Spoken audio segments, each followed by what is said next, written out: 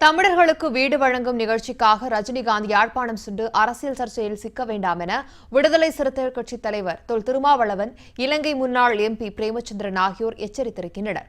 ரஜினி பங்கேற்பதில் தவறில்லை என பாஜக எம்பி இலகணேசன் தெரிவித்துள்ளார்.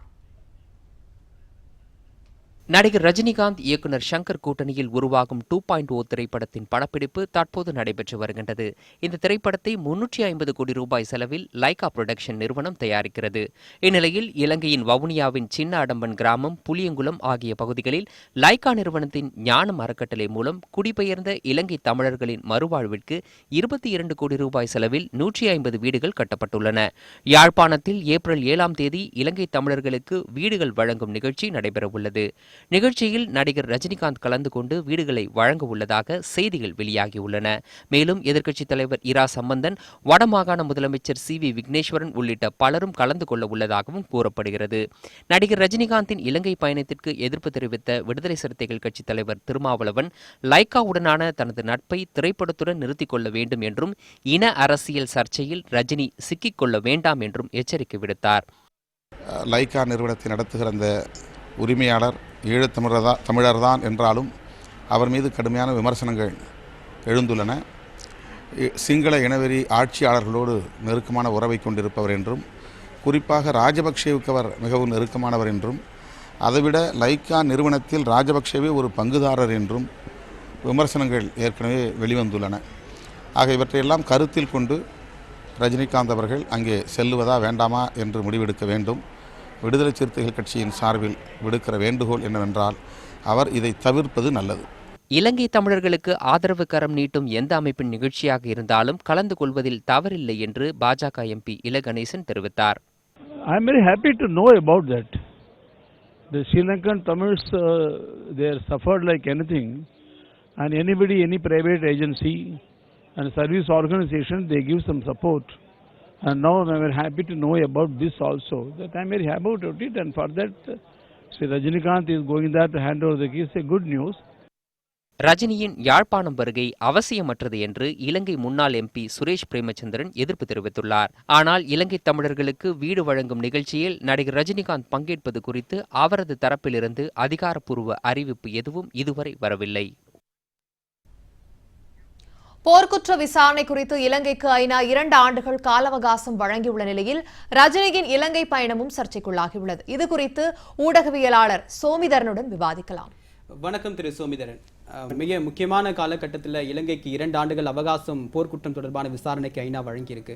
இந்த விசாரணையை இந்த அவகாசத்தை நீங்க எப்படி பாக்குறீங்க? உண்மையில் இப்போ நீங்கள் தொடர்ச்சியாக 2012ஆம் ஆண்டிலிருந்து இந்த ஐநா அவையினுடைய தீர்மானங்கள் முன்மொழியப்படுவதும் அது குறித்த விவாதங்களையும் நம்ம பார்த்துட்டு இருந்தால், அதில் எடுக்கப்பட்ட முடிவுகளையும் பார்த்துட்டு இருந்தால், இந்த போர்க்குற்ற விசாரணை அல்லது சர்வதேச விசாரணை என்பதை நீர்த்து போக செய்யக்கூடிய ஒரு வகையான ஒரு காலம் தாழ்த்தல் செயல் திட்டம்தான் நடைபெற்று கொண்டிருப்பதை நாம் தெளிவாக பார்க்க முடிகிறது. அந்த வகையில் இன்றைக்கு இந்த 2 ஆண்டுகள் கொடுக்கப்பட்டிருக்கிறது என்பதை தவிர, இந்த போக்கிலே நம்ம கடந்த சில ஆண்டுகளாக நடைபெற்றதனுடைய அந்த growth இதுதான் அதனுடைய முடிவாக இருக்க முடியும். ஒரு பெரிய மிராக்கிள்ஸ் எதுவுமே நடக்க வாய்ப்பில்லை.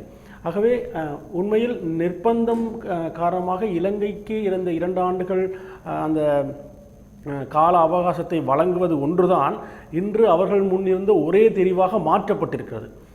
அமெரிக்காவுடைய தீர்மானம் என்பது, ஆரம்பத்திலே அமெரிக்காவுடைய முதலாவது தீர்மானம் என்பதனுடைய அதனுடைய அடுத்த கட்டம் என்பது இதுதான்.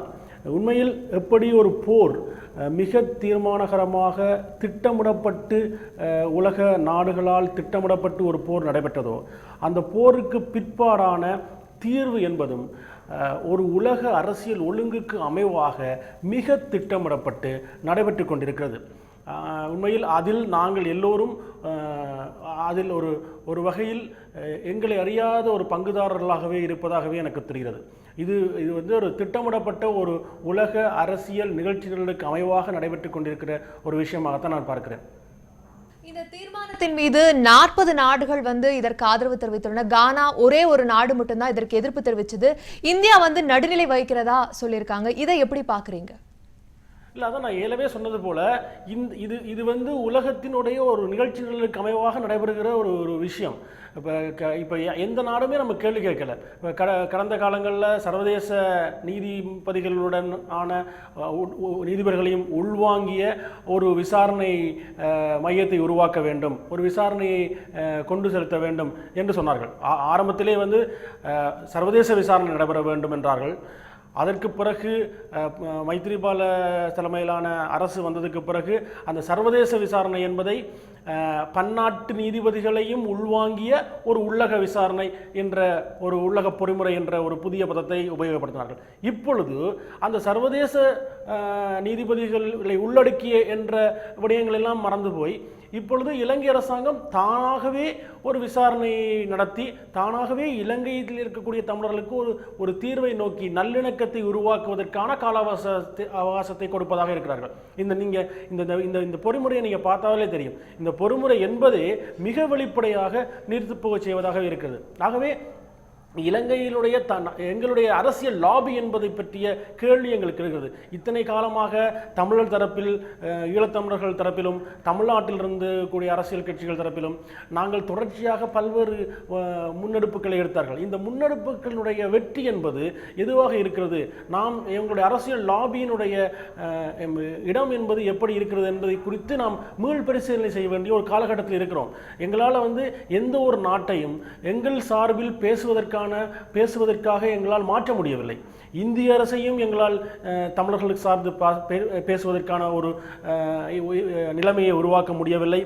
அதே போல வெளியே இருக்கக்கூடிய வேறு எந்த நாட்டினுடைய ஆதரவையும் நாங்கள் இப்போது வரை பெறவில்லை என்பதுதான் இந்த தீர்மானத்திலே உலக நாடுகள் ஒரு நாட்டை தவிர மற்ற அனைவருமே இந்த தீர்மானத்தை முன்மொழிவதிலிருந்து நாம் தெரிகிறது. இலங்கை அரசாங்கத்தினுடைய வெற்றியாகத்தான் இலங்கை அரசாங்கம் அங்கே கொண்டாடுகிறது.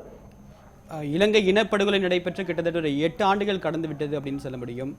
இந்த தற்போது ஆட்சியில் இருக்கக்கூடிய மைத்ரிபால சிறிசேன அரசு வந்து தமிழர்களுடைய வாக்கை பெற்றுதான் ஒரு செல்வாக்கோட வெற்றி பெற்றிருக்காரு. தற்போது தமிழர்களுடைய நிலை அங்கே எப்படி இருக்கு? இன்னமும் உங்களுக்கான கோரிக்கைகள் ஏதாவது ஒரு சிலதான் நிறைவேற்றப்பட்டிருக்கா? உங்களுடைய நிலைமை எப்படி இருக்கு?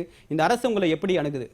இல்லை, உண்மையில வந்து நீங்க இப்ப இருக்கக்கூடிய காலகட்டத்தை பார்த்தீங்கன்னா, இப்போ அண்மையில நான் வந்து 15 நாட்கள் தமிழர் பகுதியிலே பயணம் செய்து கொண்டிருந்தேன். உண்மையில் அது ஒரு போராட்ட களமாகவே தான் இருக்கிறது. மக்களுடைய போராட்டம் நடைபெற்றுக் கொண்டிருக்கிறது. இப்பொழுது கேப்பாப்புலவுவினுடைய ஒரு பகுதியிலே, பிளவு குடியிருப்பு என்ற பகுதியிலே மக்கள் போராடி இராணுவத்தை தங்களுடைய நிலத்திலிருந்து ஒரு பகுதியாக வெளியேற்றி தங்களுடைய வீடுகளிலே மீண்டும் குடியேறி இருக்கிறார்கள். இப்பொழுது பார்த்தீங்கன்னா கேப்பாப்புலவு என்ற இடத்துல வந்து தொடர்ந்து 1 மாசமாக போராட்டம் நடந்துட்டு இருக்கு. இந்த போராட்டம் என்பது இராணுவ டாங்கிகளுக்கு முன்னாலே மக்கள் உட்கார்ந்திருக்கிறார்கள். மக்கள் வீடுகளுக்கு செல்லவில்லை. நாம் எப்படி ஒரு போராட்டத்தை ஈழப் போராட்டத்தினுடைய இறுதி நாட்களில் மக்கள் திரளாக ஒரு போராட்டம் நடைபெற வேண்டும் என்று நினைத்திருந்தோனமோ அந்த வகையிலே தங்களுடைய பிரச்சனைகளுக்காக இப்பொழுது அவர்களுக்கு மிக முக்கியமான பிரச்சனைகள் தன்னுடைய வீட்டுக்குள் அவனை விடணும். இராணுவம் வந்து அங்கு குவிக்கப்பட்டிருக்கிறது. வன்னியிலையும் வடக்கிலேயும் இராணுவம் ஏராளமாக குவிக்கப்பட்டிருக்கிறது. ஏராளமான மக்களுடைய வீடுகளும் நிலங்களும் இராணுவத்தின் வசம் இருக்கிறது. 28 ஆண்டுகளாக மக்கள் அகதிகளாக தன்னுடைய வீட்டிலிருந்து வெறும் 3 கிலோமீட்டர் 4 கிலோமீட்டர் தூரத்திலே 28 ஆண்டுகளாக அகதிகளாக இருக்கிறாங்க. சோமிதரன், கண்டிப்பாக அந்த விஷயத்தில் பார்க்கும்போது இப்போது இந்த லைக்கா நிறுவனத்தின் ஞானம் அறக்கட்டளையின் சார்பில் வவுனியா மற்றும் யாழ்ப்பாணத்தில் 150 புதிய வீடுகள் தமிழ் மக்களுக்காக கட்டப்பட்டுள்ளது. அதை திறந்து வைப்பதற்காக, அதை வழங்குவதற்காக நடிகர் ரஜினிகாந்த் முதல் முறையாக இலங்கை செல்ல உள்ளார். இப்படி ஒரு சர்ச்சை நடந்து கொண்டிருக்கும் வேளையில் அவரது வருகை எப்படி பார்க்கப்படுகிறது, அதை பதிவு செய்யுங்கள். இல்லை, இதான் இப்போ வந்து ரஜினி அவர்களுடைய இலங்கைக்கு அவர் போகிறார் என்ற நிகழ்வு வந்து கிட்டத்தட்ட 60களிலே எம்ஜிஆர் அவர்கள் இலங்கைக்கு போனதுக்கு பிறகு தமிழகத்தைச் சேர்ந்த ஒரு பெரிய ஸ்டார் இலங்கைக்கு வருவதாகத்தான் இந்த நிகழ்வு இருக்கிறது.